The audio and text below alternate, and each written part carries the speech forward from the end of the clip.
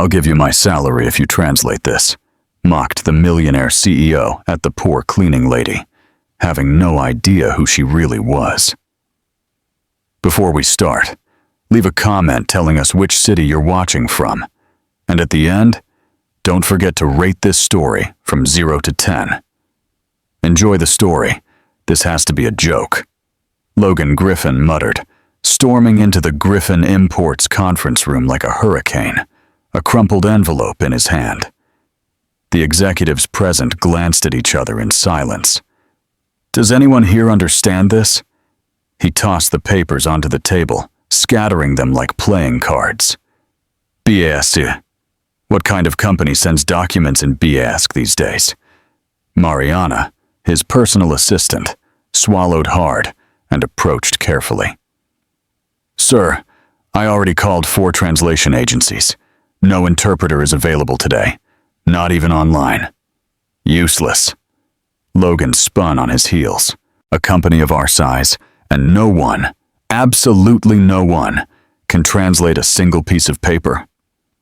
He turned back to the room, picked up the papers again, and with a mocking tone said, "All right, everyone. I'll give my entire month's salary to whoever translates this right now. $150,000. Any takers?" The room erupted in nervous laughter. It was obvious that none of them even knew what BASC sounded like. Mariana forced a smile, hoping this would be over soon. Then a voice spoke up. From the back of the room, subtle, steady, and unexpected. "I can translate it." Silence fell like thunder. All eyes turned to the woman by the water cooler, holding a wet mop and a bucket of disinfectant. Rosie Monroe, the cleaning lady. Her light blue uniform was slightly wrinkled, her hair pulled back into a makeshift bun, her face lightly sweaty from going up and down the building. She looked straight at Logan with the calm of someone who knew exactly what she was doing. Logan frowned, unable to hide his surprise. "What?" "I said I can translate it," she repeated firmly. "These papers are in BASC. I understand them." More laughter. Someone muttered, "Oh, come on." Another whispered, "The cleaning lady's lost it." But Rosie didn't back down. She walked calmly to the table and pointed at the papers. "May I take a look?" Logan crossed his arms, still laughing in disbelief. "You expect me to believe that a cleaning lady knows BASC?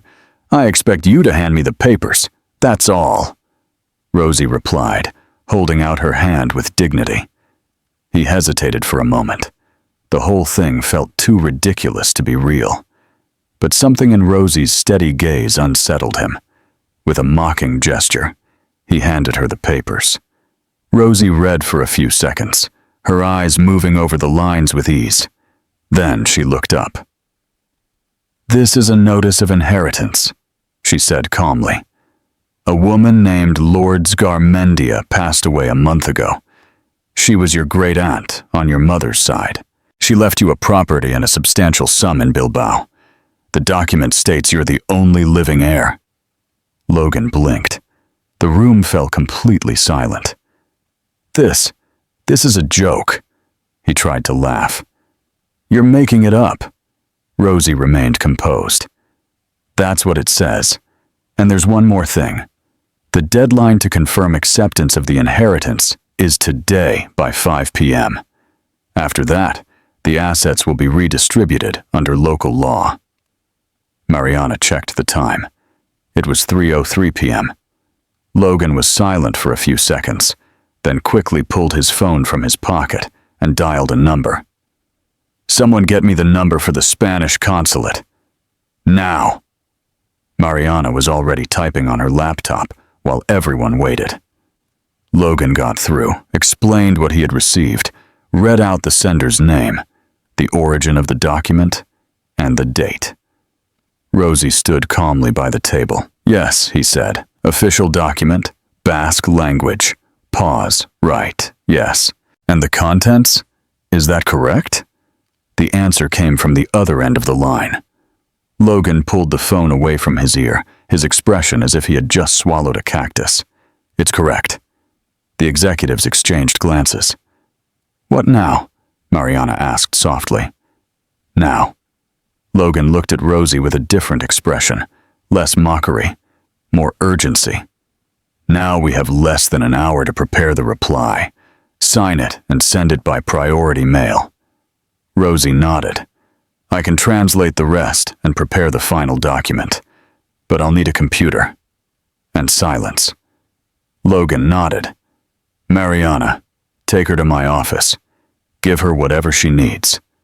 And before she left, Logan called her again. "I'll pay you," Logan said, pulling out his checkbook. "Name your price." Rosie met his gaze firmly. "Just the amount you yourself offered," he frowned. "What I offered?" "Your salary for the month," she said flatly. $150,000. Logan froze. The entire room was watching. No one could hide their shock. "You remember that?" "I remember everything people say when I'm mopping the floor, and they think I'm not listening." He had said it as a challenge, thinking no one would actually follow through. "It was a joke," he muttered, "but I took it seriously." "And I saved your inheritance," Rosie said. "If you want to contest it, go ahead.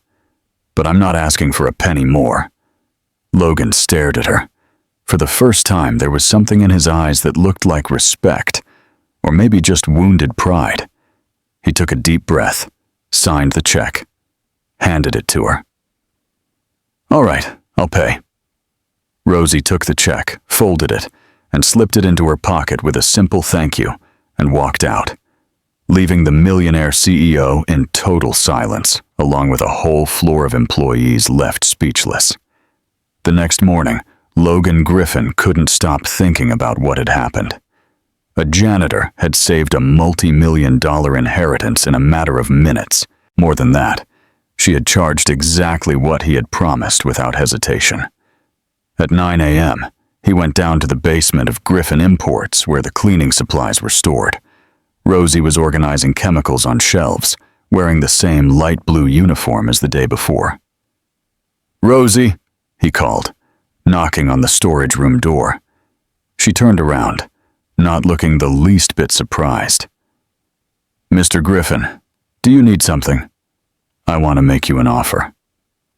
Logan stepped into the small room, noticing how everything was perfectly organized. "How about working as a freelance interpreter for the company? We deal with international clients all the time." Rosie stopped what she was doing and looked at him. "Freelance?"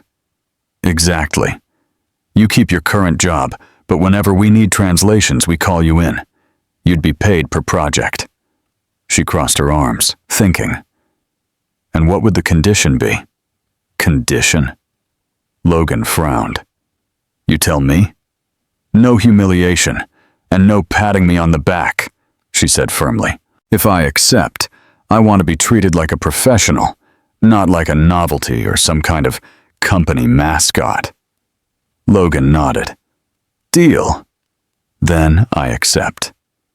3 days later, Rosie was in the 10th floor meeting room, sitting next to two of the company's official translators. The client was a French import company, and the deal involved complex contracts.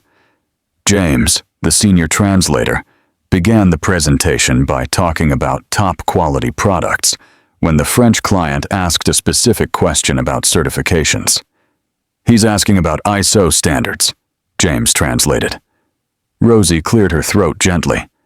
"Actually," she said politely, "he specifically asked about origin, traceability, and environmental compliance. He didn't mention ISO." James gave her an annoyed look. "I've spoken French for 15 years. "So have I," Rosie replied calmly. And he said, "Traçabilité d'origine et conformité environnementale." The French client, who understood a little English, nodded. "Exactly. Merci, madame." James swallowed hard. The other translator looked down, embarrassed. Logan, watching from the end of the table, hid a small smile. For the rest of the meeting, whenever the translators hesitated, it was Rosie who stepped in to clarify. She wasn't trying to show off, but she didn't let major mistakes slide either. When the meeting ended, James left without saying a word. The other translator approached Rosie. "Sorry about James." "Where? Where did you study?" "That doesn't matter," she said, putting away her notes. "What matters is that the client left satisfied." Logan waited for everyone to leave before approaching her. That was impressive. "Where did you learn French?" "I need to go pick up my son from school," she replied, dodging the question. "Your son?" Rosie hesitated for a moment. "Noah? He's 7.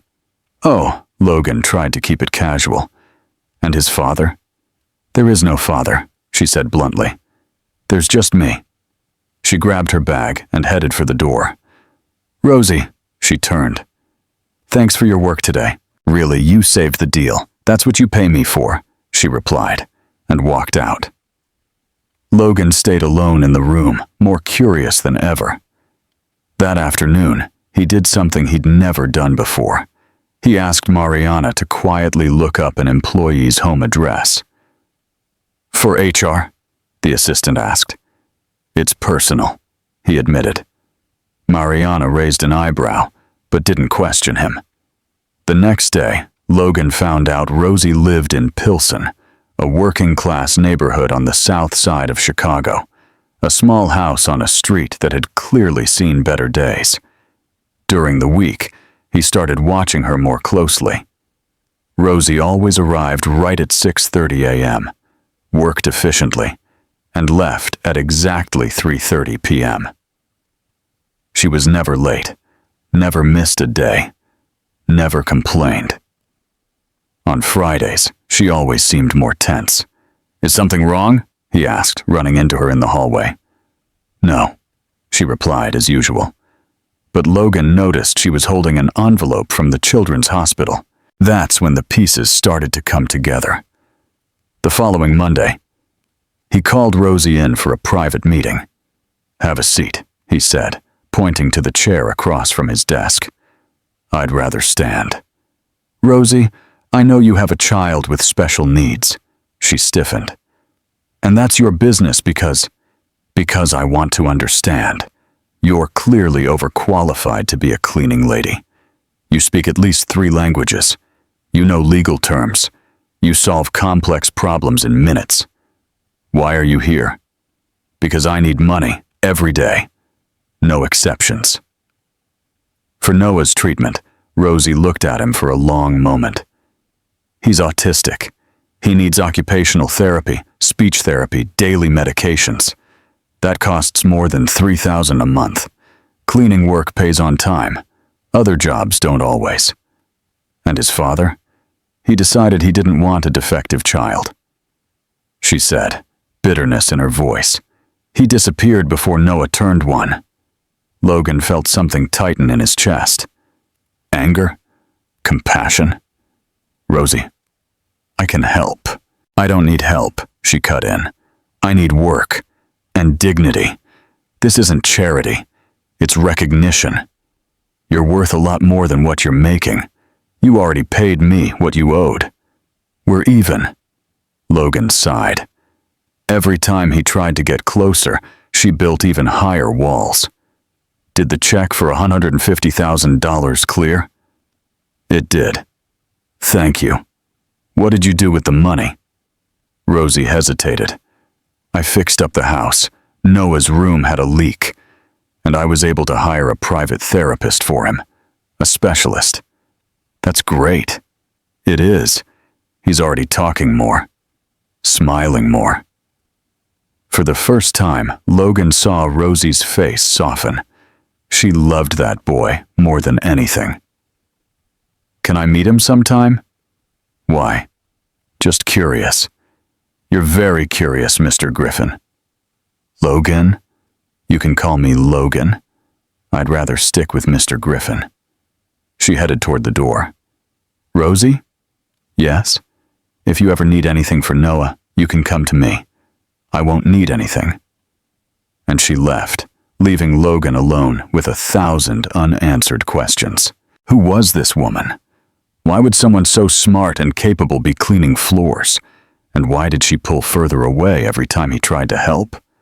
One thing he knew: Rosie Monroe was a mystery he was determined to solve. Logan Griffin wasn't someone who gave up easily. For 2 weeks, he tried different ways to learn more about Rosie Monroe, but she was like a well-guarded fortress. The first time, he showed up in the supply room with 2 coffees. "Brought one for you," he said, holding out the cup. "I don't drink company coffee," she said, without looking up from the supply list. "It's not from the company. It's from Starbucks." "Still no." "Why not?" "Because I don't want to owe anyone favors." Logan stood there, holding both coffees like a fool, while she kept working, as if he weren't even there. The second time, a week later, he tried bringing up work. "Rosie, I'm thinking of expanding the translation department. Would you be interested in—" "No. You don't even know what I was going to say. Whatever it is, the answer's no. But you don't even know the salary. I don't need to know. It could be double what you make now." "Mr. Griffin," she turned to him, "I already told you I don't need charity.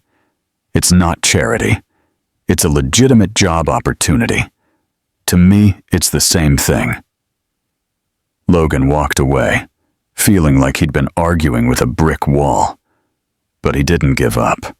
If Rosie didn't want to talk about herself, he'd do some digging. The next Tuesday, Logan asked Mariana to run a deeper search. Look up everything on Rosie Monroe: work, history, education, past addresses, everything. "Sir, isn't that kind of invasive?" "It's professional curiosity," he lied. Mariana came back on Thursday with a surprisingly thick folder. "I found a few interesting things," she said, placing the papers on his desk. Rosie Monroe graduated in linguistics from Northwestern University, magna cum laude. Logan raised his eyebrows. "Northwestern? That's one of the top schools in the country. She has a master's in translation and interpretation. And look at this." Mariana pointed to another page. "She worked at the American consulate in Barcelona for 3 years. "Consulate?" Logan picked up the page. "As an official translator? Diplomatic interpreter. Category A. That means she had access to confidential documents and took part in international negotiations." Logan stayed silent, processing the information. "And after that?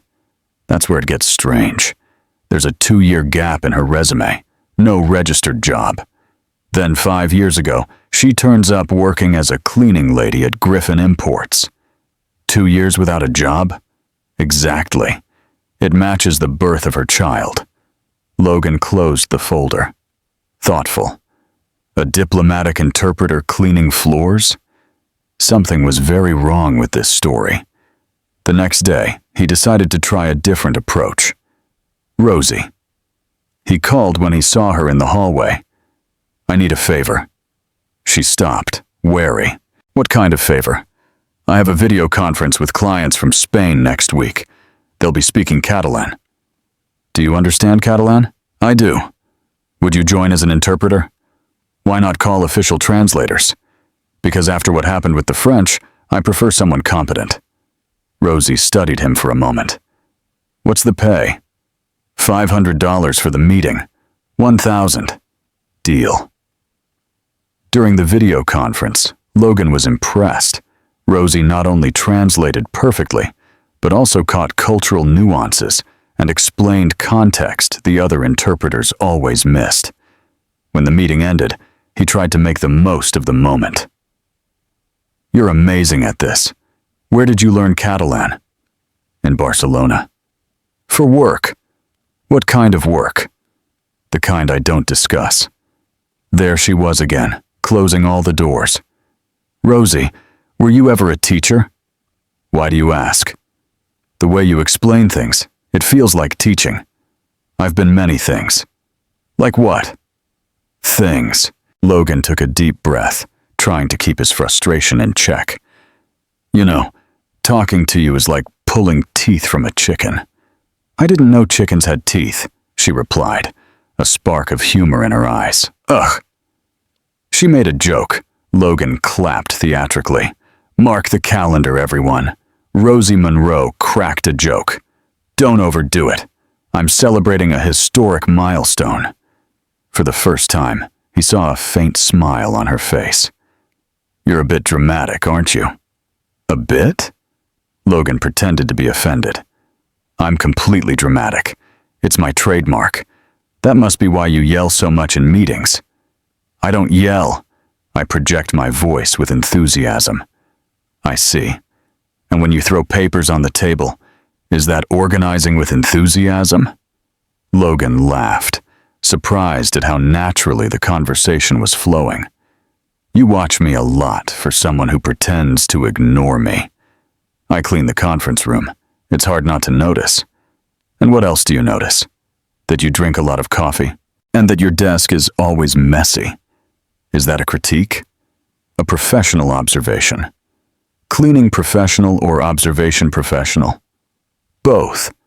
For the first time, Logan felt he was having a real conversation with her. No walls, no curt answers. Rosie, can I ask you something? You can ask. I can't promise I'll answer. Why would someone with your qualifications work as a cleaning lady? Her smile vanished instantly. Because sometimes life doesn't give us the options we'd like. But you have options now. You could work for any international company, any university. Mr. Griffin, she cut him off, her tone turning formal again. I need to pick up Noah from school. And there she was again, putting the walls back up. But this time, Logan had seen something different. For a few minutes, she had let her guard down. She had been just Rosie, smart, funny, observant, and he was starting to realize he was interested in her in a way that had nothing to do with professional curiosity. The problem was, she seemed determined to keep her distance. For now. Logan Griffin spent 3 days planning how to invite Rosie out. It couldn't feel too personal or too professional. It had to be neutral, safe. On Friday, he found her organizing cleaning supplies in the storeroom. Rosie, I have a proposal.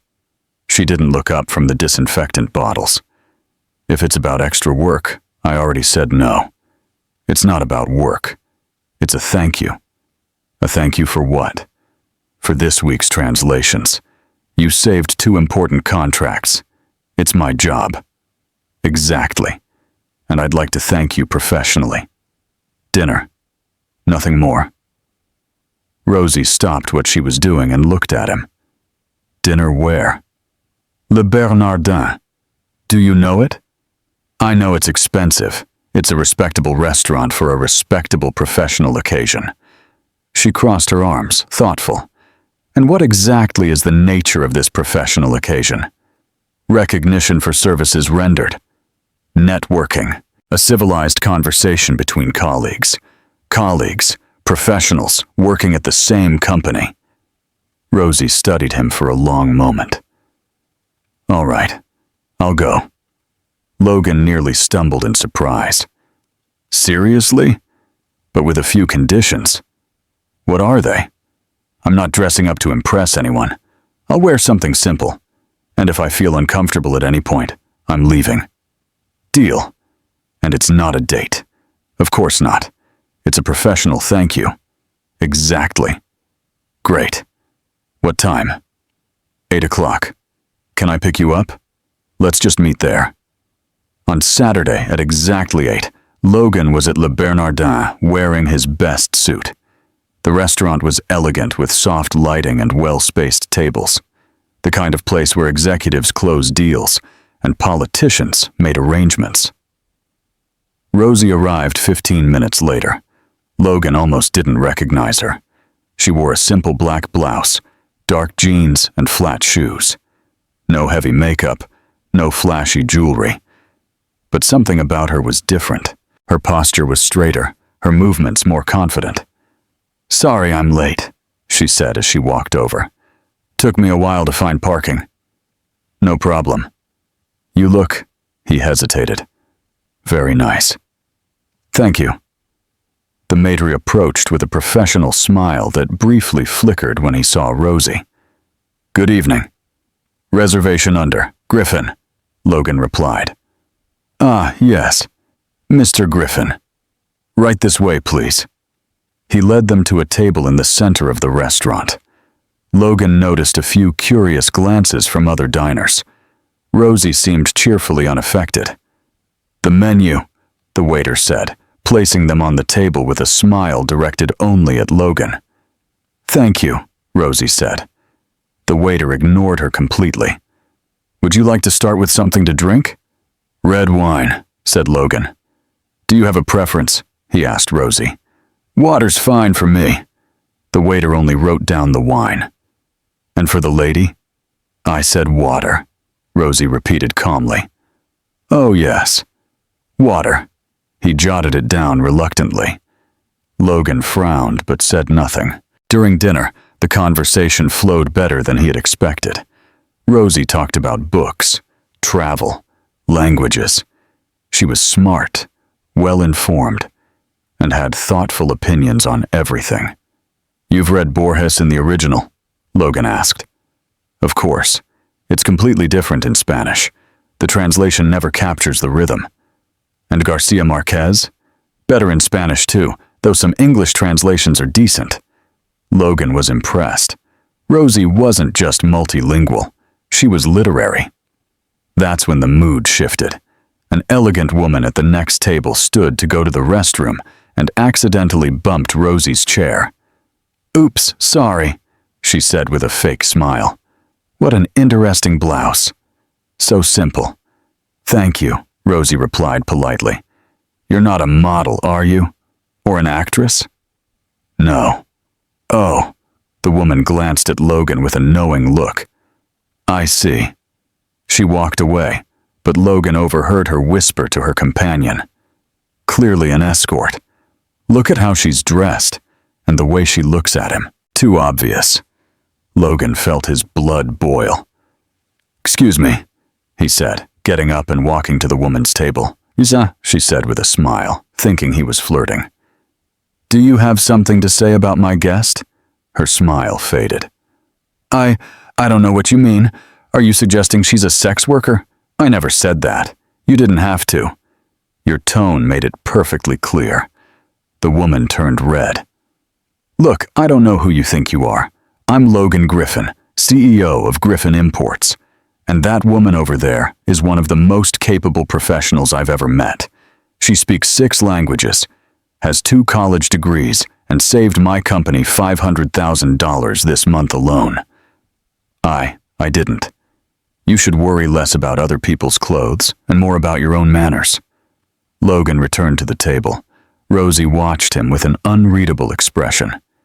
"You didn't have to do that," she said. "Yes, I did. I'm used to that kind of thing." "Well, I'm not, and I won't let it slide." Rosie studied him for a moment. "Why not?" "Because it's wrong. Because you don't deserve to be treated that way. Because..." He stopped, realizing he was about to say something that would change everything. Because you matter." Silence fell between them. Rosie looked away. "I think we should go." "Of course." Logan paid the bill quickly, and they left together.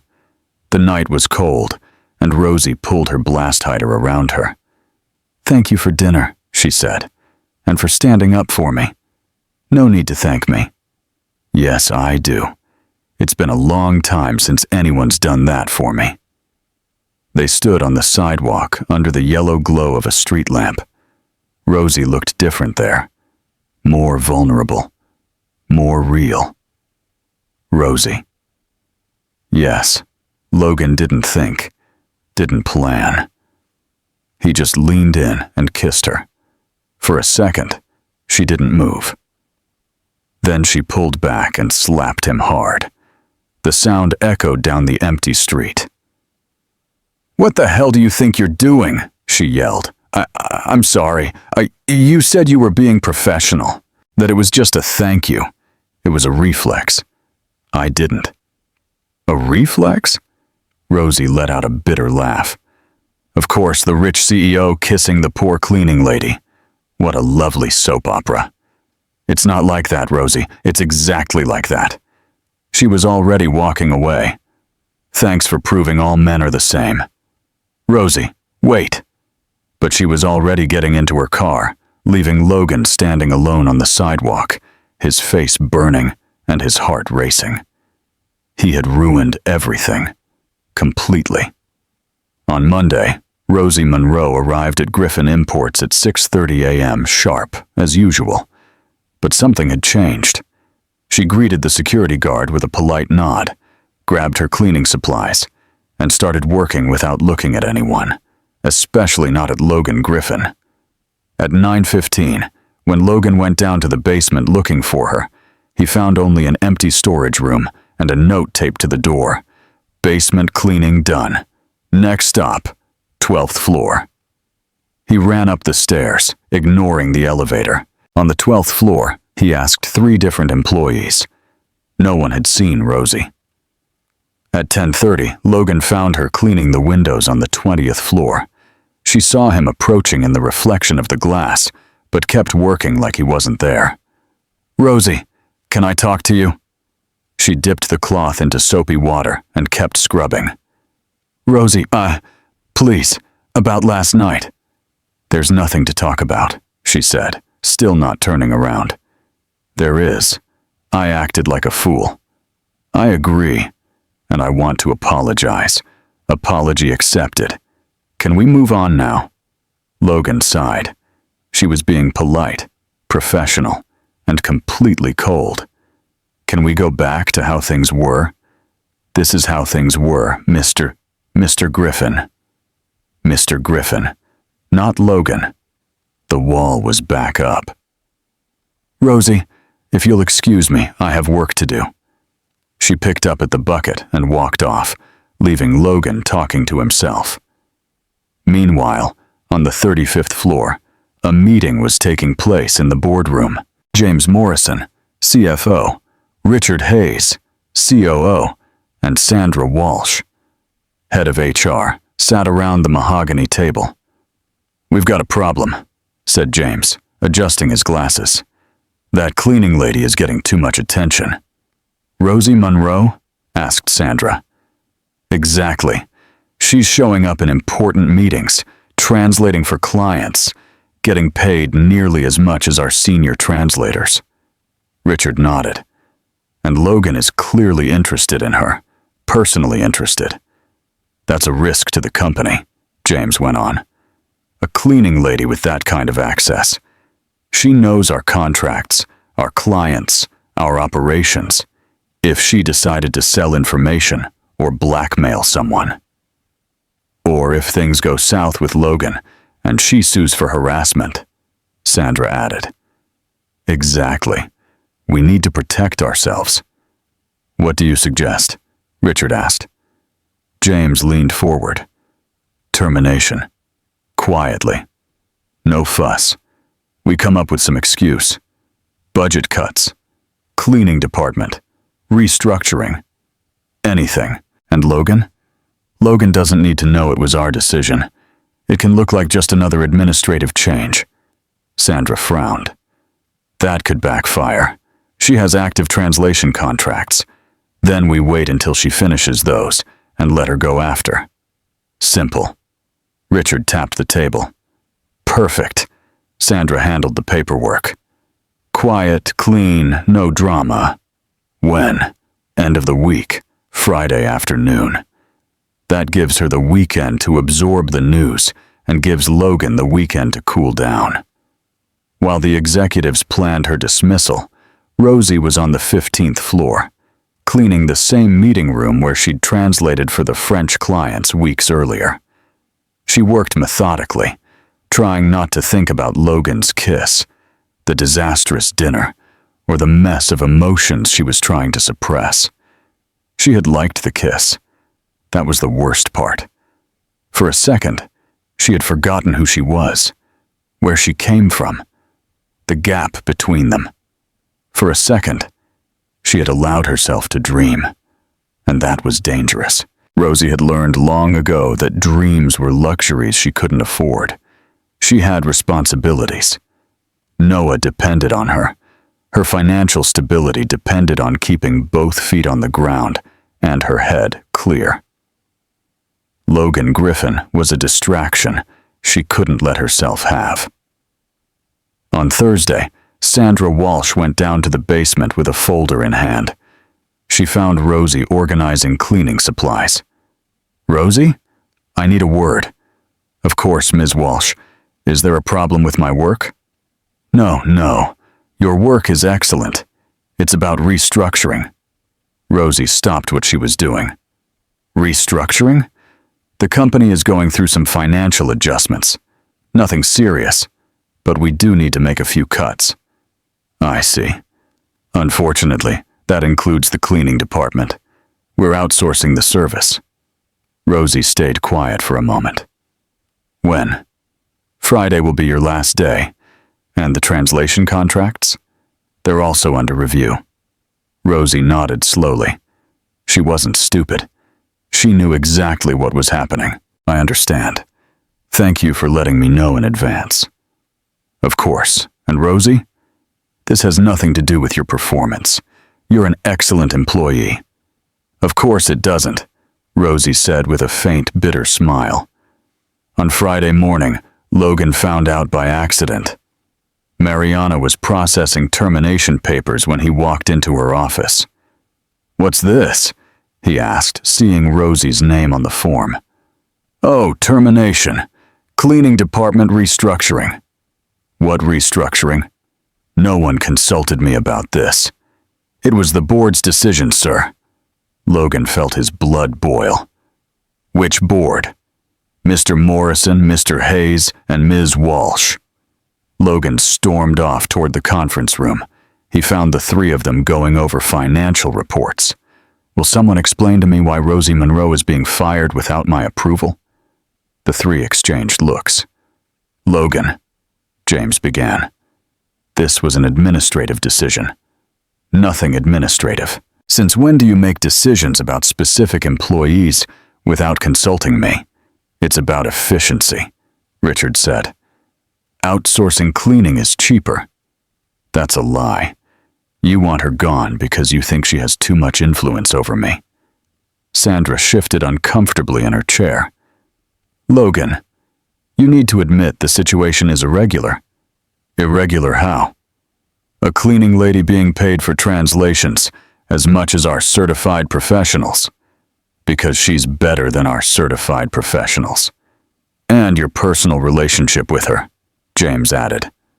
"What personal relationship?" "The dinner last Saturday. The private conversations. The obvious interest." Logan glared at the three of them with contempt. "You're firing a competent employee over gossip?" "We're protecting the company," Richard said. "You're protecting your own egos. You can't stand that a cleaning lady is smarter than you." "Logan, the termination is canceled." "Too late," Sandra said, checking her watch. "She's already been told," and she accepted. Logan ran out of the room. He found Rosie in the parking lot carrying a box of personal belongings. She was wearing casual clothes, jeans and a light blue blouse, and looked oddly relieved. "Rosie." "Wait." She turned around. "Hi, Logan. I heard about the termination. I didn't authorize it." "I'll reverse. There's no need, deed." "What do you mean, no need?" "I was planning to leave anyway." Logan was confused. "Why?" "Because I don't want to work in a place where I'm seen as a threat." "You're not a threat." "Yes, I am. To their egos, to your reputation, to the company's status quo. That doesn't matter. It matters to me." Rosie put the box into the trunk of her car. A 2010 Honda Civic with a few scratches and a broken antenna.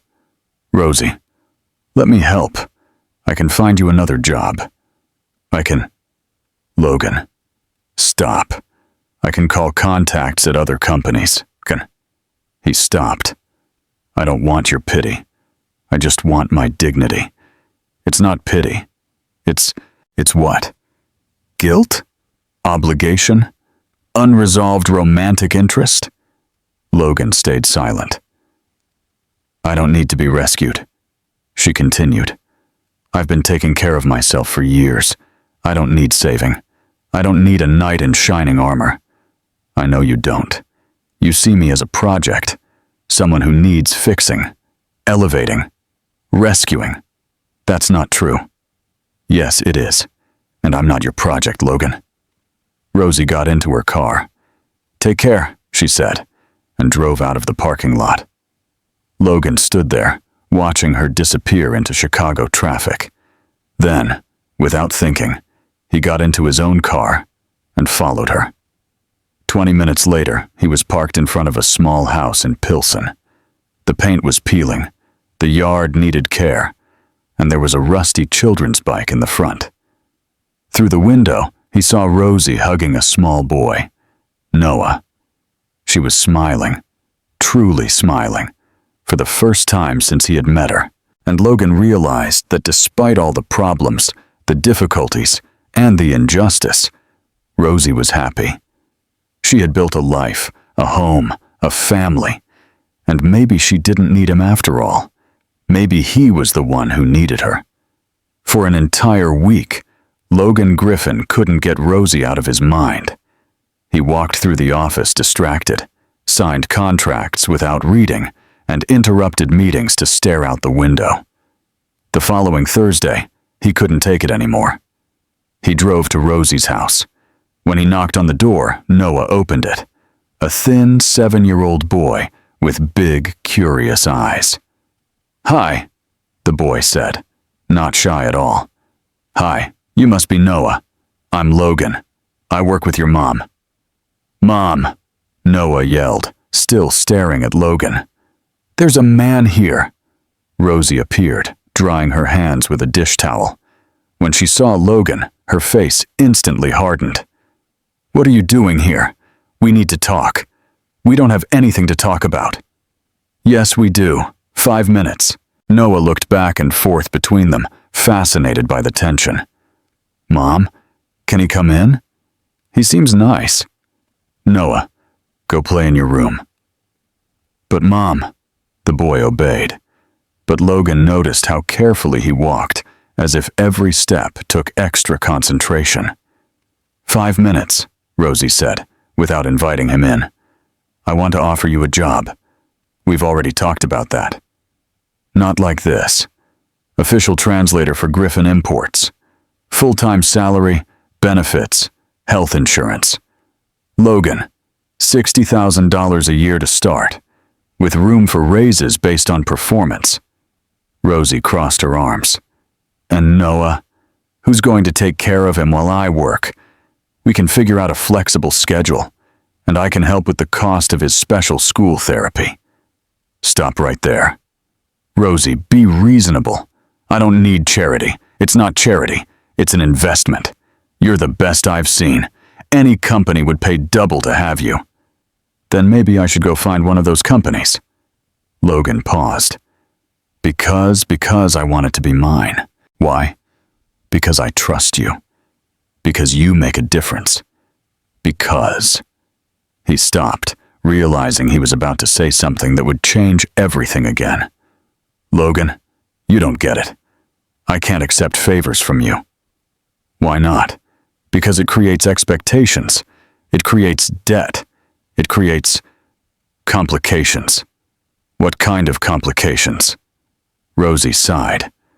The kind that ends up hurting everyone. From inside the house came the sound of something falling. Mom! Noah shouted. Rosie ran inside. Logan followed and saw the boy on the living room floor, trying to pick up the pieces of a broken glass. I couldn't hold it, Noah said, frustrated. My hands didn't want to listen. That's okay, sweetheart, Rosie said, kneeling beside him. It happens. But I was being careful. I know. It wasn't your fault. Logan watched the scene, noticing how patient and kind Rosie was, and how completely Noah trusted her. Can I help? Logan offered. No need, Rosie said, sweeping up the glass. Does he have coordination issues? Logan asked gently. Among other things, Mom. Can I tell him about my therapies? Rosie hesitated. If you want to. Noah turned to Logan, excited. I do occupational therapy 3 times a week and speech therapy twice, and I take medicine that helps me concentrate better. That's great, Logan said, genuinely interested. And my mom says when I grow up, I'll be able to do anything I want. She's absolutely right. Rosie finished cleaning up and stood. Noah, it's time for dinner. Can Logan have dinner with us? Logan has to leave. Actually, Logan said, I'd love to stay if it's okay. It's not. Mom, please. We never have visitors. Rosie looked at her son, then at Logan and sighed. Only if he helps cook. Dinner turned out to be a surprise for Logan. Rosie was a great cook. Noah was talkative and funny. And the house, though modest, was warm and full of love. Rosie, he said, once Noah went to brush his teeth. Take the offer. Logan, not for me, for him, especially for him. Why? He deserves every opportunity in the world, and he'll have them. However, I can help make that happen. But I can help too. And what if you get tired of helping? What if someone else takes your attention? What if the company has problems? What happens to Noah then?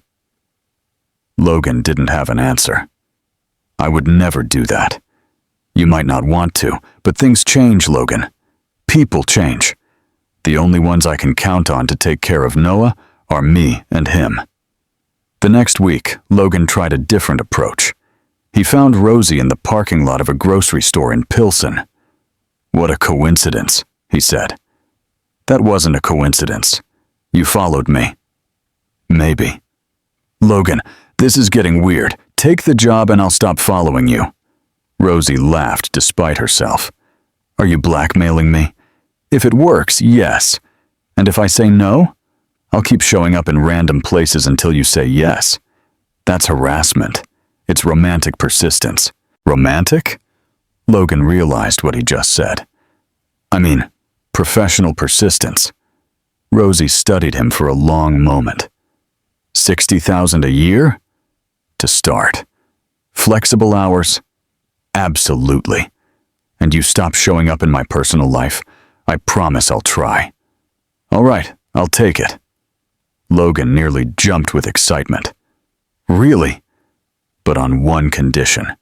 If anyone at the company makes comments about favoritism or anything like that, I'm out immediately. No one's going to say anything. They will. And you know it. She was right. During Rosie's first week as the official translator, the comments started right away. Look who turned into an executive, James Morrison whispered to Richard Hayes in the elevator. The cleaning lady turned Cinderella. A junior translator laughed. Bet she's got other talents besides translating, another added. But the comment stopped abruptly on Friday, when a Japanese client arrived with an extremely complex contract. The company's official translators struggled for 2 hours and couldn't make sense of the legal nuances. Rosie solved everything in 20 minutes.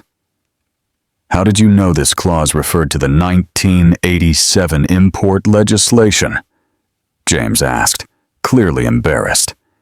Because I studied international commercial law, she answered calmly. Where? In life. From that day on, no one questioned Rosie's place at the company again. 3 weeks later, Logan was in an important meeting with investors when his phone rang. It was a number he didn't recognize. Excuse me, he said. I need to take this. Logan? Rosie's voice was tense and frightened. Rosie? What's wrong? It's Noah. He fainted at school. I'm heading to the hospital, but I don't have a car today. Mine's in the shop in... Where are you? At school. Lincoln Elementary. Don't move. I'm on my way. Logan stood up from the meeting table. Gentlemen, we need to reschedule this meeting. Logan, we're about to close a $2 million deal. The meeting is postponed. And he ran out, leaving 5 stunned investors behind. 15 minutes later, he was at the school, carrying an unconscious Noah to his car, while Rosie cried silently in the passenger seat. For the first time, Logan realized some things were far more important than money, and one of them was passed out in his arms. At Children's Memorial Hospital, things were quiet. Logan and Rosie sat in uncomfortable waiting room chairs, sipping watery machine coffee while they waited for news about Noah. The doctor said he's stable, Rosie whispered for the 10th time, more to herself than to Logan. They did. He's going to be okay. But the blood tests, what if it's something serious? What if the meds aren't working anymore? What if... Rosie. Logan placed his hand on her arm. Breathe. She looked at him with eyes red from crying. Sorry I called you. I didn't know what else to do. Don't be sorry. I'm here because I want to be. You left an important meeting. The meeting doesn't matter. Of course it does. It was $2 million.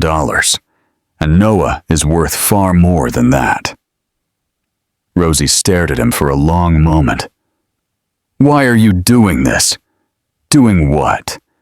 Taking care of us. Helping. You barely know us. Logan hesitated. I know enough. No, you don't. Rosie leaned back in her chair.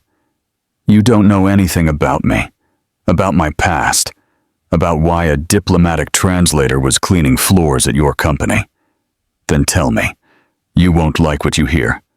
Let me be the judge of that. Rosie went quiet for a few minutes, staring at the floor. I used to work at Meridian Global, an international consulting firm. Not exactly diplomacy, but close to it. Logan knew Meridian, one of the biggest consulting firms in the country. What was your role? Senior translator and interpreter for international negotiations. I helped facilitate deals between American and foreign companies. Billion-dollar contracts. Sounds important. It was. I traveled the world, stayed in luxury hotels, attended dinners with ministers and CEOs. I thought I'd made it. What happened? Rosie took a deep breath. In 2018, I found out that several contracts I had translated were fraudulent. Meridian was helping launder money through shell companies and offshore accounts. Logan leaned forward. You reported it? I tried. First internally. I went to my supervisor, then the director, then the VP. They all told me to stay in my lane. And you kept pushing? I gathered evidence, documents, recordings, emails. I had enough to bring down half the board. What did they do to you? They fired me for professional incompetence, spread rumors that I made up the accusations out of revenge, blacklisted my references. Logan felt anger rising in his chest. That's illegal. Yes, but they had better lawyers than I did.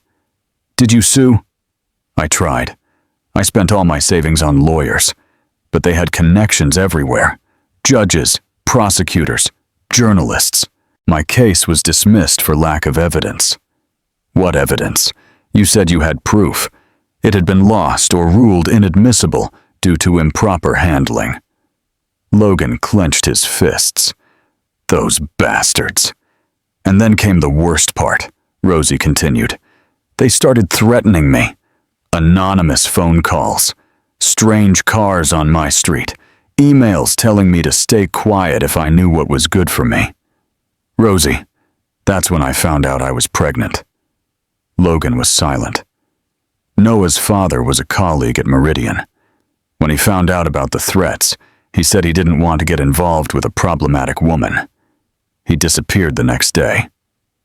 Coward. So I moved to Chicago, used the little money I had to start over. Noah was born with autism, and I needed money, fast and steady. Cleaning jobs pay on the spot. And don't ask about your work history. Logan was trying to process it all. You were punished for trying to do the right thing. I was, and I learned my lesson. Keep my head down. Work hard. Stay out of trouble. That's why you didn't want to take the job at Griffin. Exactly. Important jobs attract attention. Attention brings investigations. Investigations can bring the past back. But you took it anyway. Because Noah needs his medication. And because she hesitated. Because you convinced me that maybe it would be different this time. At that moment, a doctor walked up. Monroe family? That's me, Rosie said, jumping up. Noah's fine. It was an adverse reaction to a combination of medications. We'll adjust the dosage, and he can go home tomorrow. Rosie nearly collapsed with relief. Logan caught her. Can I see him? She asked. Of course. He's awake and asking for his mom. Rosie turned to Logan. Want to come with me? If you'd like me to. I do. They walked into the room where Noah was sitting up in bed, playing on a tablet. Mom! Logan! He shouted. Look, the doctors gave me this tablet to play while I wait. How are you feeling, champ? Logan asked. Good. The doctor said it was just a little mix-up with the medicine. Nothing serious. Rosie kissed her son's forehead. You gave me quite a scare. Sorry, Mom. Logan watched mother and son hug, feeling something he had never felt before. Love. Not just for Rosie, but for Noah, too. They were a family, and he wanted to be part of it. The next morning, Logan drove Rosie and Noah home. When they arrived, Rosie was checking her emails on her phone when her face went pale. What is it? Logan asked. Someone leaked information about my past. What do you mean? Rosie showed him her phone. On the screen was an online article with the headline, Meridian Global's fraudulent translator now works with CEO Logan Griffin. How did they find out where I work? She murmured. Logan quickly skimmed the article. It contained intimate details about the Meridian case, the accusations against Rosie, and her dismissal. Someone at Griffin leaked this, he said angrily. Logan, I'll have to leave the company. No, you won't. Look at the scandal this is going to cause. Your reputation? To hell with my reputation. Logan. Rosie, listen. This time it'll be different. This time you won't face it alone. She looked at him, tears welling in her eyes. You don't understand. They'll destroy you too. Let them try. Logan's phone started ringing. It was Mariana. Logan, you need to check social media. The company's being flooded with questions about Rosie Monroe. Logan hung up. The war had just begun. On Monday morning, Griffin Imports looked like a battlefield. Reporters crowded the building's entrance, TV cameras lined the sidewalk, and the company phones never stopped ringing. Logan arrived at the office at 7 a.m. and found Mariana rushing around with a stack of papers. Mr. Griffin, thank God you're here. We have 15 interview requests. The legal department has called 3 times, and the board wants an emergency meeting at 9. And Rosie? She didn't come in today. Said she was at the doctor with Noah. Logan knew it wasn't true. Rosie was hiding, and he couldn't blame her. At 8:30, his phone rang. An unknown number. Logan Griffin. Yes. This is Jessica Park from Channel 7 News. I'd like to ask you a few questions about your employee, Rosie Monroe. No comment. Mr. Griffin, we have information that Ms. Monroe was dismissed from Meridian Global for professional misconduct. Were you aware of this when you hired her? No comment. There are rumors you have a personal relationship with her. Did that influence your decision to hire her? Logan hung up the phone, furious. At exactly 9 a.m., he was in the 35th floor conference room, facing the board of directors. 5 men in dark suits stared at him with serious expressions. "Logan?" Richard Hayes began. "We need to talk about Ms. Monroe." "What about her?" "Don't play dumb," said James Morrison. "The company's being torn apart in the media because of her. Because of lies." "Lies." Sandra Walsh pushed a tablet toward him. "Take a look." Logan saw a photo of himself on the screen next to one of Rosie. The headline read, "Billionaire CEO defends suspicious employee." "That's sensationalism." "It's a public relations disaster," Richard replied. "Our clients are concerned. 3 contracts have already been suspended, pending investigation." "Suspended? Why?" "Because clients no longer trust the integrity of our company," James explained. "If we hire people with questionable backgrounds." "What questionable background?" Logan slammed his hand on the table. "Rosie was a victim of corruption, not the one behind it." "According to her," said Sandra. "But Meridian Global tells a different story." "Of course they do. They're covering their own tracks." "Logan, be practical," Richard said. "In business, perception matters more than truth, and the current perception is damaging. The perception is wrong. Even so, we need to act. Fire Monroe and issue a public statement distancing the company from her past." "No, Logan." I said no. "Rosie Monroe is the most competent professional we've ever had here. She saved contracts, impressed clients, and raised our standards. But the scandal has nothing to do with her work here. And even if it did, I won't abandon an employee just to save face." James sighed. "Logan, you're thinking with your heart, not your head. I'm thinking with principles. Principals don't pay salaries or keep the company running. Then maybe we're running the company the wrong way." Silence fell over the room.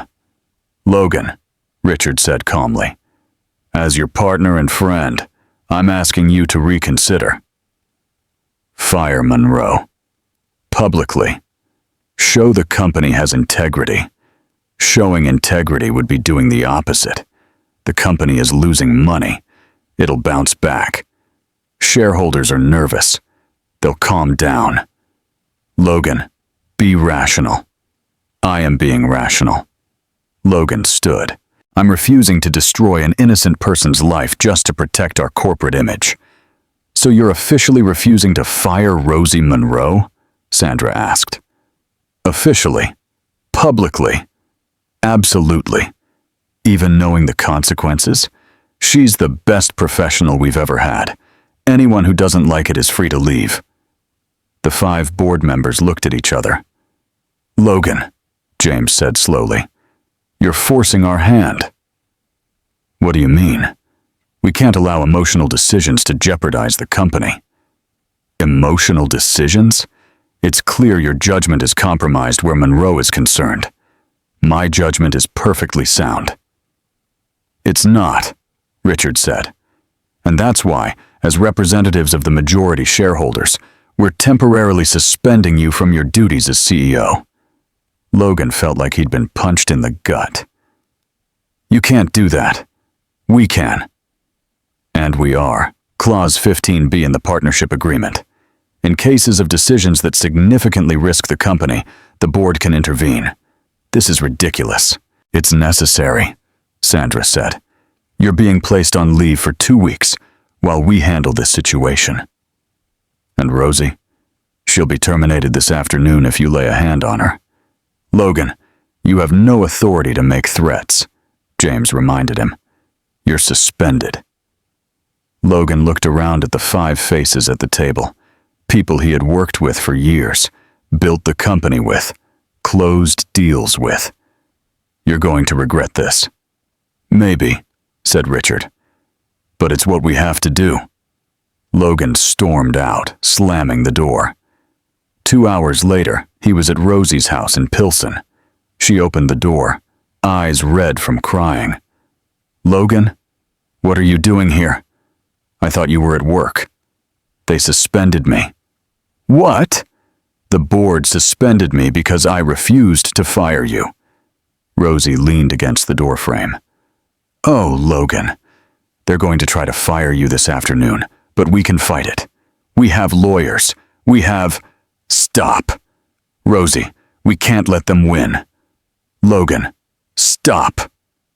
Something in her voice made him pause. "I've already made my decision," she said quietly. "What decision?" "I'm leaving Chicago." "What?" "Noah and I are moving, maybe to Portland or Denver, somewhere we can start fresh." "Rosie, don't do this. This is the only way. As long as I'm here, you'll keep getting hurt. Your company, your career, your life." "I don't care about that, but I do." Tears started to run down her face. "I can't let you lose everything because of me. You didn't do anything wrong. It doesn't matter. The result's the same. You're losing your company because of me."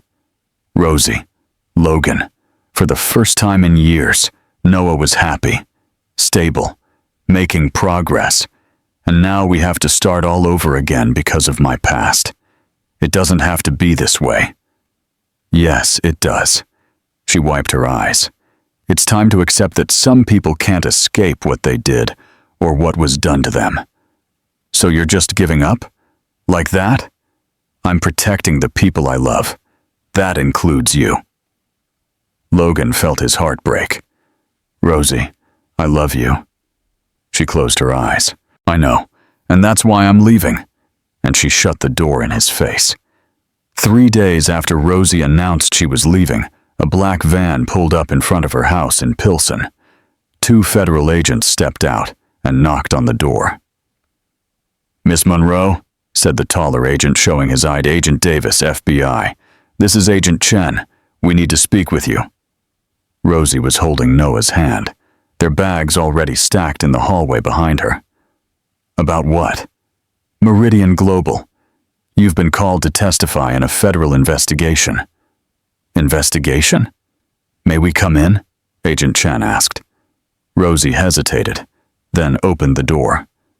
Noah hid behind her, nervous around the uniforms. "Mom, who are they?" the boy whispered. "They're police, sweetheart. But we haven't done anything wrong." Agent Davis placed a folder on the kitchen table. "Miss Monroe, 6 months ago, we opened an investigation into corruption schemes tied to international contracts. Your name came up as the original whistleblower back in 2018. My report was ignored. It was. But the information you gave back then started a separate investigation that's taken years to build." Rosie slowly sat down. "What did you find?" Agent Chen opened the folder. Meridian Global was laundering money for Mexican cartels, Russian oligarchs, and corrupt politicians through fake contracts, just like you reported. And they fired me and ruined my life to silence me. That's right. But now we have enough evidence to move forward, and we need your testimony. When? Tomorrow. Northern District Federal Court, Illinois. The hearing will be broadcast live. Rosie felt a chill run through her. Live? It's a case of national interest. It involves high-level politicians and powerful business people. Transparency is key. What if I refuse? This is a formal subpoena. You don't have a choice. That night, Rosie called Logan. He answered on the first ring. Rosie, where are you?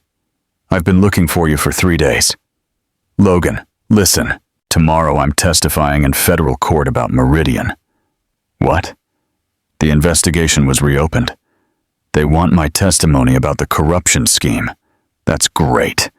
They're finally going to prove you were right. It'll be live, Logan. Nationwide, including in Chicago. So what? Your company's going to be in the spotlight again. Your suspension might turn into a permanent dismissal. Rosie, this could clear your name, or it could destroy whatever's left of my life. Where are you now? In a hotel near the courthouse. The FBI arranged protection. I can come. No, your presence would only complicate things. Rosie, I have to go. Noah needs to sleep. The next morning, Rosie sat in a witness room at the Dirksen Federal Building in Chicago. She wore a simple dark suit that Agent Chen had provided. Nervous? Chen asked.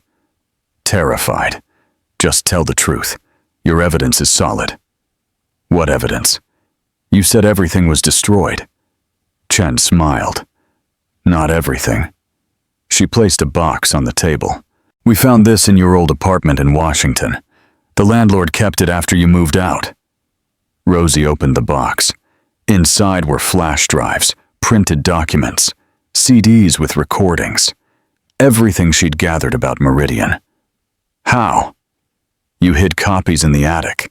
The landlord found them during a renovation and kept them, thinking you'd come back. Rosie felt her eyes fill with tears. I had forgotten all about this. Well, now this evidence will be the foundation for taking down the biggest corruption operation of the decade. At 10 a.m., Rosie was called into court. The room was packed with journalists, lawyers, and curious onlookers. TV cameras followed her every move. Miss Monroe, the federal prosecutor, began. Did you work for Meridian Global between 2015 and 2018? Yes. And what was your role? Senior translator and interpreter for international negotiations. During that time, did you have access to confidential documents? Yes. It was part of my job. And what did you find in those documents? Rosie took a deep breath. I discovered that Meridian was facilitating illegal money transfers through fraudulent contracts. Shell companies were set up in tax havens to launder money from criminal sources. Can you be more specific? In March 2018, I translated a contract between Meridian and a company called Baltic Ventures. The contract involved the purchase of industrial equipment for $50 million. But when I checked, Baltic Ventures didn't exist. The address was just a P.O. box in the Cayman Islands. What did you do with this information? I looked into other contracts. I found a pattern. Dozens of shell companies, all using the same scheme. And then, I reported it internally. I went to my supervisor, David Kellerman. What was his reaction? He told me I was seeing things that weren't there, that I should focus on my work and stop asking questions. But you persisted? Yes. I gathered evidence, documents, meeting recordings, emails, everything proving that Meridian knew about and was actively involved in these schemes. And what happened when you presented this evidence? I was fired for professional incompetence. My access was revoked, my reputation destroyed, and I was threatened into silence. Threatened how? Anonymous calls saying something might happen to me if I kept spreading lies. Strange cars parked on my street. One day I came home to find my apartment ransacked. Ms. Monroe, do you have any evidence of these threats? I do. Rosie pulled a flash drive from the box. I recorded some of the calls, took photos of the suspicious cars, documented everything. The prosecutor plugged the drive into a laptop. A threatening voice filled the courtroom. You should stop making up stories, Rosie. People who make too much noise sometimes disappear. A murmur rippled through the room, and Monroe, why did you keep this evidence for so long? Because I knew the truth would come out someday, and because I wanted to protect others who might be going through the same thing. Even after your career was destroyed? Especially because of that. At home, Logan watched it all on TV, his heart in his throat. Rosie stood strong, brave, finally being heard. And today, the prosecutor continued, do you still maintain that Meridian Global was involved in money laundering? I don't maintain it. I prove it. Rosie held up another flash drive. This drive contains emails between Meridian executives discussing how to split the profits from these schemes, including conversations about silencing me permanently. The prosecutor smiled. Thank you, Ms. Monroe. No further questions. When Rosie left the courthouse 3 hours later, a crowd of reporters was waiting. She said nothing, just got into an FBI car. But Logan had seen it all, and for the first time in weeks, he smiled. Rosie Monroe had been vindicated. Now it was time to bring her home. Rosie's testimony shook the entire country like an earthquake, and her story made headlines in every major newspaper. On Thursday morning, Logan was at home watching the news when his TV switched to a Meridian Global press conference. Meridian Global publicly acknowledges that serious mistakes were made in the case of Ms. Rosie Monroe, said the company's interim CEO, reading from a prepared statement. We offer our formal apologies to Ms. Monroe for the way she was treated and for the impact our actions had on her life and career. Logan nearly dropped his coffee. They were publicly apologizing. Furthermore, the executive continued, Meridian is establishing a compensation fund for the damages caused to Ms. Monroe and implementing new policies to protect whistleblowers in the future. Logan's phone rang. It was Richard Hayes. Logan, did you see the press conference? I did. You need to come back. What do you mean? The board met last night. Your suspension has been lifted. We want you back as CEO immediately. Logan gave a wry smile. Interesting how quickly you changed your minds. Logan, the company lost $3 million in canceled contracts last week. Clients want to know if we still support Monroe. We need you to manage this situation. And Rosie? About that? Maybe we acted too hastily. Hastily? If she wants to come back, we can reconsider. How generous of you. Logan, be pragmatic. The woman's become a national hero. Having her at the company now would be advantageous. Logan hung up on him. An hour later, he was knocking on the door of the hotel where Rosie was staying with Noah. A federal agent answered. Mr. Griffin, Ms. Monroe is expecting you.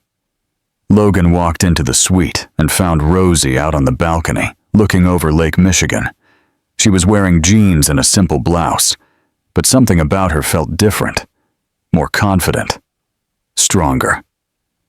Hi, he said. Hi, I saw you were reinstated. How did you find out? It's all over the news.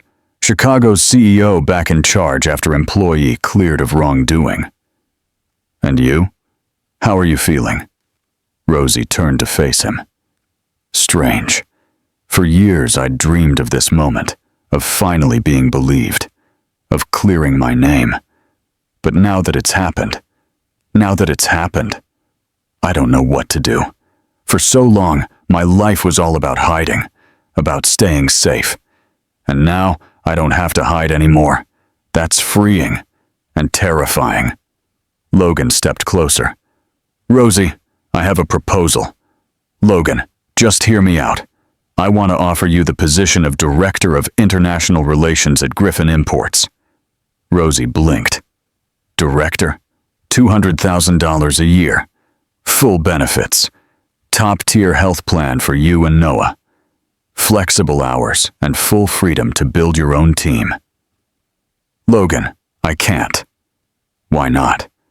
Because people will say it's favoritism. That you're promoting me because of whatever this is between us. And what if I am? Logan, I'm kidding. The truth is, you're the most qualified person for the job. You speak 6 languages. You have international experience. And you've proven your integrity under extreme pressure. Any company would be lucky to have you. Rosie studied him. And Noah? We have daycare in the building. Teachers trained to work with kids who have special needs. He can stay there when needed. Or you can work from home whenever you want. You've thought of everything. I have. And one more thing. This offer has nothing to do with my personal feelings for you. Your personal feelings? I love you, Rosie. That hasn't changed. But this offer is professional. You deserve this opportunity, no matter what's going on between us. Rosie was quiet for a long moment. If I accept, how are we going to deal with us? However you want. I want to keep work and personal life completely separate. Agreed. No kissing at work. Logan smiled. Not even on the cheek? Especially not on the cheek. And outside of work? Outside of work. We'll see how things go. So you accept? Rosie took a deep breath. I accept. But I want a clear contract laying out everything we just discussed. Of course. And I want to start slow. No pressure, no expectations. Perfect. And if it doesn't work out, if it gets too complicated, I leave. No drama. Understood. Rosie held out her hand. Then we have a deal, Mr. Griffin. Logan shook her hand formally. We have a deal, Director Monroe. The following Monday, Rosie started her first day as Director of International Relations. Logan had set up an office for her on the 30th floor, with a lake view and all the tools she might need. Your first meeting is at 10, said Mariana, handing her the schedule. German clients interested in import contracts. Perfect, said Rosie, getting her materials in order. The meeting was a complete success. The German clients were impressed by Rosie's fluency in their language and her grasp of international trade laws. She's outstanding, one of them told Logan after the meeting. I know, Logan replied, proud. Throughout the week, Rosie proved herself again and again. She closed deals that had been stalled for months, solved complex international disputes, and wowed every client she met. On Friday, Logan knocked on her door. Come in, she said, without looking up from her papers. How was your first week? Good. Challenging, but good. I have another proposal. Logan, professional. Strictly professional. What is it? The International Trade Conference is in 2 weeks in Paris. It's the biggest event in the field. I want you to come with me as our lead interpreter. Rosie finally looked up. Paris? 3 days, 5-star hotel. All the major players will be there. It's a great chance to position Griffin as a leader in the global market. And what exactly would I be doing? Translating? Interpreting? Helping with negotiations? You'd be my official business partner at the event. Business partner, exactly. Nothing more, nothing less. Rosie smiled. When do we leave? Seriously? You're in? It's work, isn't it? And you said it was a once-in-a-lifetime opportunity. It really is. Then I'm in. But Logan? Yes. If you try to kiss me in Paris, I'll throw you off the Eiffel Tower. Logan laughed. Noted. But as she went back to her work, he couldn't stop smiling. Paris with Rosie. Even if it was strictly professional, it was still a beginning. And sometimes the best beginnings were the ones you least expected. The George Futh Hotel in Paris was exactly what Logan had promised. Luxurious, elegant, and with a spectacular view of the Eiffel Tower. Rosie stayed in a room on the 10th floor, while Logan was 2 floors above, something he insisted on for the sake of professionalism. On the first morning of the conference, they met in the lobby at 7 a.m. Rosie wore a flawless gray suit and carried a leather briefcase Logan hadn't seen before. New briefcase? He asked, trying not to stare at how beautiful she looked. Noah gave it to me, she said with a smile. He said a director needed a director's briefcase. He's absolutely right. The Paris Convention Center was buzzing with activity. Business people from all over the world filled the halls, closing deals and forming partnerships. Logan and Rosie headed straight to the Griffin Imports booth. "Nervous?" Logan asked. "A little. It's been a while since I've done something this big. You're going to be amazing." And she was. That morning alone, Rosie translated simultaneously for Japanese clients, negotiated in Mandarin with a Chinese delegation, and resolved a contract issue with French businessmen, all before lunch. "How does she switch between languages so quickly?" the Japanese company rep asked Logan. "She's remarkable," Logan replied, watching Rosie explain technical details in fluent Japanese. At lunch, they sat at a cafe near the convention center. "Are you enjoying yourself?" Logan asked. "More than I expected. I forgot how good it feels to use all my skills. And how does it feel to be back in Paris?" "Different. Last time I was here, I was running away. Now I'm living." "There's a difference? All the difference in the world." They talked about work, the conference, and the clients. But Logan noticed the small moments, when Rosie laughed at his jokes, when their eyes lingered a bit longer, when she leaned in without realizing it. That afternoon, there was a panel on the future of international trade, and Logan had been invited to speak. Rosie sat in the audience, quietly translating for a few international clients.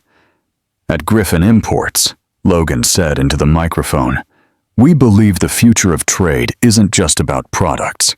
It's about human relationships, and we've been lucky enough to find someone who understands that better than anyone I've ever met." His eyes found Rosie in the crowd. "Our Director of International Relations has shown that integrity and competence can go hand in hand. Sometimes, the most qualified person is the one you least expect." Rosie blushed, but stayed professional. On the second day, things were more relaxed. Between meetings, Logan and Rosie walked the streets of Paris, visited an old bookstore she'd been wanting to see, and had coffee at a charming bistro near the Seine. "Can I ask you something?" Logan said, as he watched Rosie flip through a French book. "Of course. Have you ever thought about forgiving?" "Forgiving who?" "Me. For that disastrous kiss." Rosie looked up from the book. "I forgave you a long time ago." "Really?"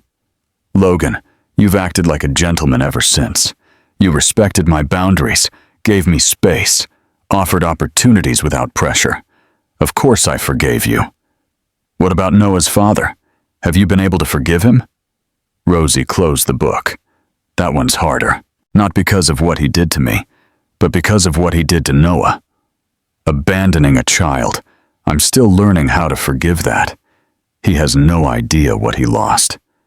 No, he really doesn't." That night, there was a closing gala for the conference at the hotel. Logan wore a tuxedo, and Rosie wore a navy blue dress. Elegant, but understated. "You look," Logan paused, searching for the right word. "Different. Stunning." "Thank you.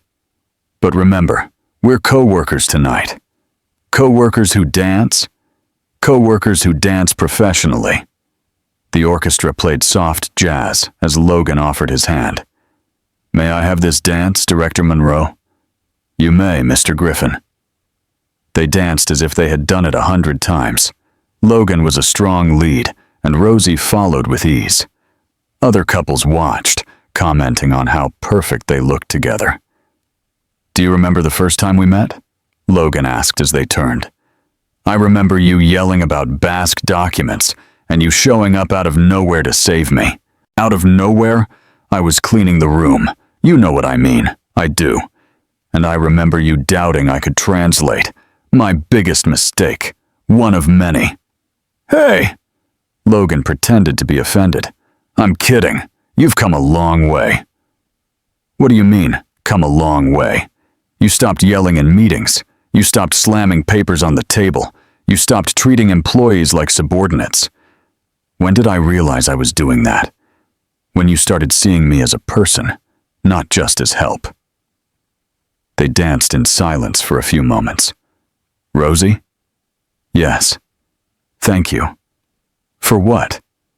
For making me a better person. She looked into his eyes. You were already a good man, Logan. You were just hiding behind the CEO title, and you helped me find the real Logan again. Maybe we helped each other. The music shifted to something slower, more intimate. Other couples drew closer, but Logan kept a respectful distance. Can I make a confession? He asked. Depends on the confession. That first slap you gave me, I deserved it. Completely deserved it. But it taught me something important. What? That you weren't just another employee. You were someone who deserved respect. Someone special. Logan, let me finish. These months working with you have been the best of my life. Not just romantically, but professionally. Personally. You challenge me, inspire me, make me want to be better. You're being a bit intense for a dance between colleagues. Maybe because I don't want to be just your colleague anymore. The music ended, but they remained on the dance floor, gazing at each other. Logan. I know. Wrong place, wrong time. But I can't keep pretending what I feel for you is only professional. Rosie took a deep breath. And what do you feel for me? Love. Real love. The kind that changes everything. Before she could answer, the gala's master of ceremonies stepped onto the stage. Ladies and gentlemen, to close out this wonderful evening, we'd like to invite Logan Griffin of Griffin Imports for some final remarks. Logan looked at Rosie, surprised. I didn't know I was supposed to speak. Go, she said, giving him a gentle push. Show them why Griffin Imports is the best. Logan walked nervously to the stage. More than 300 people were in the audience. CEOs, diplomats, journalists. He found Rosie in the crowd. She was smiling at him, encouragingly. Good evening, he began. When I came to this conference, I thought I was here to talk about business, contracts, profits, international expansion. The room quieted. But in the past 3 days, I've learned something far more important than any deal. I've learned about courage. He found Rosie's eyes again. A few months ago, I met someone who taught me that courage isn't the absence of fear. It's doing the right thing, even when you're scared. It's standing by your principles when the whole world is against you. It's starting over after losing everything. Murmurs swept through the audience. This person taught me that true success isn't measured in dollars, but in integrity. That leadership isn't about power, but about service. That love, real love, is built on mutual admiration, respect, and partnership. Logan stepped off the stage and walked toward Rosie. Rosie Monroe, he said into the microphone, stopping in front of her. You've changed my life. You've made me a better person, a better leader, a better man. The room fell completely silent. Rosie stood frozen, tears welling in her eyes. I love you, Logan said, still speaking into the mic. I love your intelligence, your strength, your compassion. I love how fiercely you protect Noah, how you fight for what's right, how you never give up. He knelt right there, in the middle of the gala, in front of 300 people. Rosie Monroe, will you marry me? For 3 seconds, there was complete silence. Then Rosie began laughing and crying at the same time. You're completely crazy, she said. Is that a yes? It's a, we need to talk about this privately. But is it a yes? Rosie looked at him kneeling there, at the hundreds of people watching, at the journalists' cameras. Ask me again in 10 minutes when we're not being broadcast to half the world. Logan stood up, laughing. Fair enough. He kissed her hand gallantly as the audience erupted in applause. 6 months after the Paris proposal, Chicago woke to a crystal-clear blue sky. It was June 15th, and the rooftop of Griffin Imports had been transformed into a sky garden for the wedding of Logan Griffin and Rosie Monroe. Rosie was on the 40th floor, getting ready in a room Logan turned to a temporary dressing suite. She wore a simple yet elegant white satin gown that highlighted her natural beauty without any excess. "Mom, you look beautiful," said Noah, adjusting the tie on his little tuxedo. At 8 years old, he had grown, and his coordination was improving every day thanks to the new therapies Logan had insisted on supporting. "Thank you, sweetheart. And you look handsome too. Ready to be my ring bearer?" "Ready. I practiced walking slowly with the rings 15 times yesterday." Rosie smiled as she gently smoothed her son's hair. Life had changed completely for them. Noah was now studying at the Chicago International Academy, a school for gifted children and those with special needs. He spoke 3 languages, played the piano, and was developing a real passion for math. "Mrs. Monroe?" a soft voice called from the door. It was Mariana, now promoted to executive vice president of the company. "Is it time?" "In 5 minutes. But there are a few people here who'd like to speak with you first." Rosie raised her eyebrows. "Oh, former colleagues from Meridian Global." Rosie stiffened. "They weren't invited." "I know, but they specifically asked to see you today. They said it was important." After a brief pause, Rosie nodded. "All right, just 5 minutes." 3 people stepped into the room. David Kellerman, her former supervisor, Sarah Chen, a former translation colleague, and Michael Rodriguez, who had been director of operations. "Rosie," David began, clearly uneasy. "Thank you for seeing us. What do you want?" "First, to say we're sorry," Sarah said, her eyes already filled with tears. "We knew you were right about the corruption. We all did. But we were too afraid to stand with you. Afraid of losing our jobs," Michael added. "Afraid of being tied to a scandal. We were cowards." David took a step closer. "Rosie, when you were fired, I could have stood up for you. I should have. But I chose to protect my own career instead of doing what was right. And because of that," Sarah said, "we want you to know that we gave full testimony in your federal investigation. We turned over every document we still had. And today," Michael pulled an envelope from his pocket. "Meridian has agreed to pay you an additional $2 million in compensation for the personal and professional damage you suffered." Rosie took the envelope, stunned. $2 million? It was the least we could do, David said. "We know money can't undo what happened, but we hope it shows we recognize the harm we caused." Rosie looked at the 3 of them, then at Noah, who was watching everything with interest. "I accept your apologies," she said at last. "We all make mistakes when we're scared. What matters is having the courage to make things right." Sarah gave Rosie a gentle hug, careful not to wrinkle her dress. "You were always the bravest of us all." After the former colleagues left, Mariana returned. "All right, it's time." The elevator took Rosie and Noah to the rooftop. When the doors opened, Rosie caught her breath. The top of the building was completely transformed. Hanging gardens created a magical setting with white and gold flowers everywhere. A small orchestra played classical music, and about 100 guests were seated in elegant chairs arranged in a semicircle. But Rosie only had eyes for Logan. He was waiting at the altar, dressed in a flawless tuxedo, wearing a smile that lit up his whole face. Next to him stood Richard Hayes as best man, one of many reconciliations that had happened in recent months.